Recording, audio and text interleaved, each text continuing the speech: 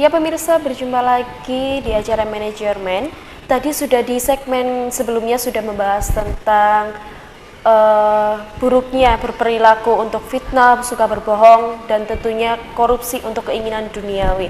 Baik Bante, sekarang saya mau bertanya, mengapa sih nafsu keinginan itu harus dilenyapkan, Bante? Nafsu keinginan ini yang bisa menimbulkan penderitaan untuk kita. Maka dari itu, siapapun juga yang ingin bebas dari penderitaan, mereka itu harus memiliki kemampuan menaklukkan. Menaklukkan itu bukan berarti melenyapkan. Menaklukkan itu dia mengerti energi mana yang bisa mendukung munculnya nafsu-nafsu itu, sehingga arah pikiran kita itu tidak masuk ke dalam energi yang bisa mendukung nafsu itu, sehingga kita terpikat dan terikat di situ, akhirnya kita tidak bisa membebaskan. Maka itu kita harus mencari tekniknya setelahnya yang setelah diajarkan oleh Sang Buddha, bahwa kita harus selalu di atas dari nafsu-nafsu itu. Kita tidak kecemplung hanya sekedar tahu dan sadar ada nafsu muncul tetapi aku tidak ikutin. Tidak didukung dengan energi untuk mendukung nafsu itu lebih berkembang, tetapi hanya sekedar tahu muncul nafsu tetapi aku tidak mau diperbudak lagi oleh nafsu itu. Berarti kita sudah paham bagaimana menaklukkan nafsu itu, bukan kita diperbudak oleh nafsu yang terus menerus. Otomatis itulah yang dikatakan kita baru jadi pemenang untuk mampu membebaskan dari nafsu itu. Sekedar tahu, karena siapapun juga keinginan-keinginan itu ada. Siapapun juga kalau makan mau yang enak, minum mau yang enak juga. Jadi dengan demikian yang enak itu sudah sesuatu hal yang biasa, tetapi kita tidak melekat. Ada makanan ya oke, nggak ada ya nggak apa-apa, gitulah. Jadi otomatis kalau dia punya nafsu, pokoknya aku harus makan yang enak, nggak enak aku marah-marah. Nah, itu kan kelihatan nafsunya. Jadi dia hidup hanya untuk makanan yang enak. Jadi dia diperbudak oleh nafsu itu, kalau nggak enak langsung marah-marah. Tapi dia hari ini enak, besok tidak enak. Dan waktu tidak enak ya tetap terbiasa-biasa aja lah, enggak terlalu protes, tidak cerewet, tidak marah-marah. Jadi dengan demikian itu akan terlihat dengan jelas apakah dia makan dengan nafsu atau makan sekedar untuk melanjutkan hidup, sehingga bukan dengan nafsu keinginan. Dengan cara seperti inilah yang dikatakan kita bisa melihat seseorang itu apa yang mereka lakukan, kebiasaan-kebiasaan dia itu, sehingga apakah dia diperbudak oleh nafsu ataukah dia mampu mengendalikan nafsu itu.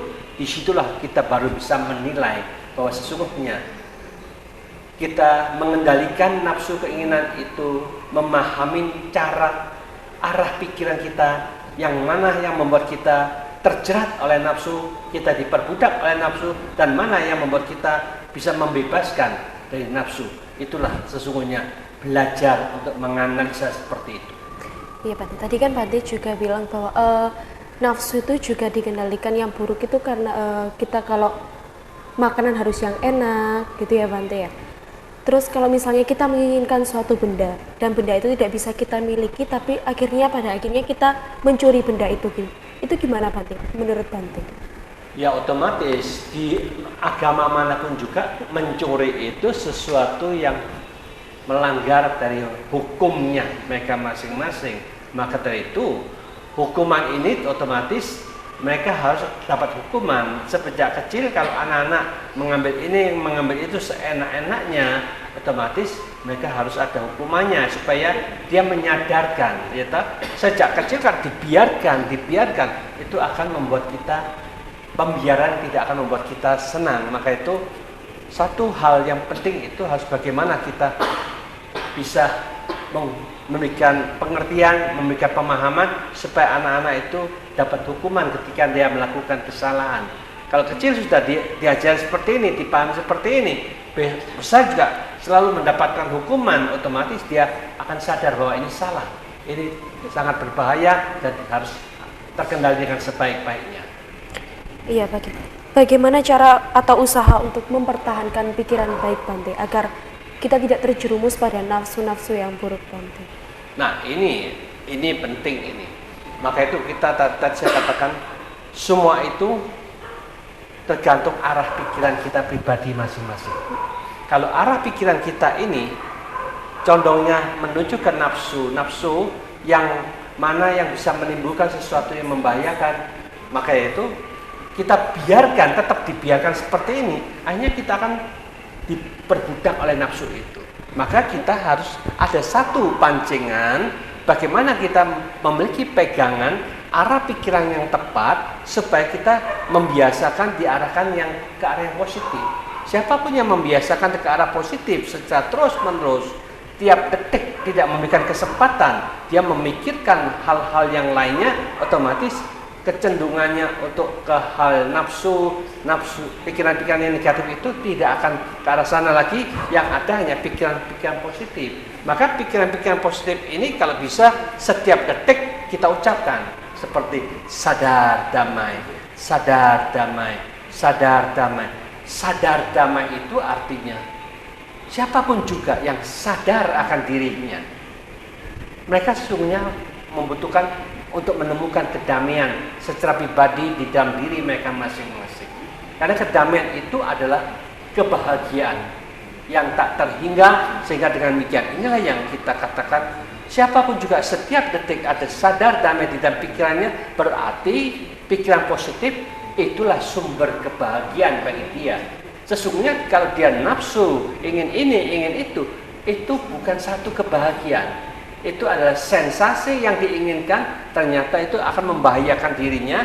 Jadi kebahagiaan yang akan didapatkan itu hanya sedikit, tetapi kebahagiaan yang terus menerus yang kita ucapkan sadar damai ini akan menjadi kekuatan yang dahsyat yang bisa muncul dalam pikiran kita masing-masing, sehingga otomatis kebiasaan diarahkan yang positif inilah yang akan mampu menaklukkan yang negatif itu.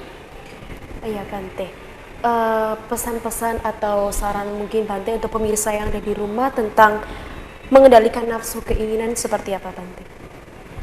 Para pemirsa Tamat TV yang berbahagia, marilah kita menyadari pikiran kita itu sangat aktif, luar biasa aktifnya.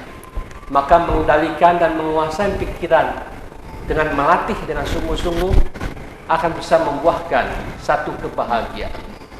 Karena pikiran yang tidak terlatih akan membawa kita terjerumus ke hal-hal negatif, membuat kita kacau sendiri, membuat kita kecewa, takut ini, khawatir itu, sehingga kita tidak pernah tenang dan tidak pernah damai dan tidak pernah bahagia. Maka dari itu kita harus memahami bahwa kebingungan, kekacauan, stres itu merupakan ketidakmampuan kita di dalam mengendalikan pikiran. Maka dari itu marilah kita biasakan bagaimana kita mengendalikan, membiasakan dan mengarahkan pikiran kita tetap positif, tetap tenang, tetap bahagia. Otomatis semuanya ini sangat dibutuhkan kepandaian di dalam mengatur tata cara penggunaan pikiran kita. Setiap detik itu selalu dibangkitkan hal-hal yang positif, sehingga yang positif itulah yang akan membuahkan kedamaian dan kebahagiaan dimanapun juga kita berada, sehingga kita bisa menemukan kedamaian, keheningan setiap detiknya, setiap menitnya, dimanapun juga kita selalu menjaga dan mendapatkan kedamaian itu. Otomatis pikiran-pikiran yang tidak terkendali, pikiran-pikiran negatif tidak diberikan kesempatan untuk muncul lagi. Maka di situ kita harus menjaga harta yang sangat berharga yang berada tepat di dalam batin dan pikiran kita bersama, kebersihan, kejernihan, keheningan, ketenangan dan kedamaian, dan kita selalu sadar seperti itu. Inilah yang dikatakan kita menemukan harta karun yang mampu mendatangkan kebahagiaan yang luar biasa ini di dalam batin dan pikiran kita bersama, sehingga kita semua menemukan harta yang sama, otomatis damai dan bahagia akan menjadi milik kita bersama. Baik, terima kasih Bante Dhamma Wijaya yang sudah menemani dan berbagi cerita tentang nafsu-nafsu keinginan yang harus kita lenyapkan di dunia saat ini. Dan terima kasih. Semoga bertemu di episode selanjutnya. Sabi Sata Bawanti Sugita. Semoga semua bahagia.